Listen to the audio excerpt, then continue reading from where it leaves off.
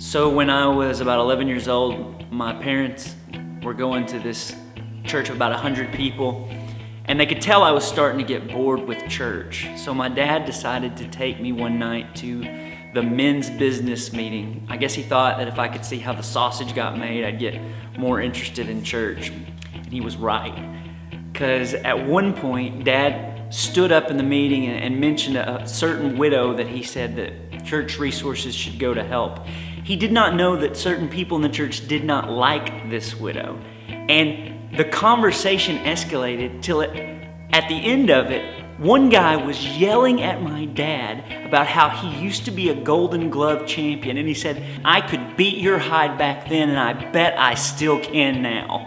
And I remember thinking, this is church. I don't know what comes to mind when you think of church. Maybe it's that trendy new place that meets in a coffee bar, or maybe it's that place that meets in a strip mall or a cathedral, or that old building that you grew up going to worship in. I'm not sure what comes to mind when you think of church, but what comes to mind for me is the millions and millions of people over the last couple of thousand years who have gathered together to be the body of Jesus. And contrary to popular belief, the history of the church is actually pretty good.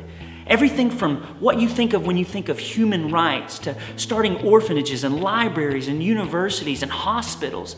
God's people have been on the move trying to show the world what God is like, what Jesus is doing in the world.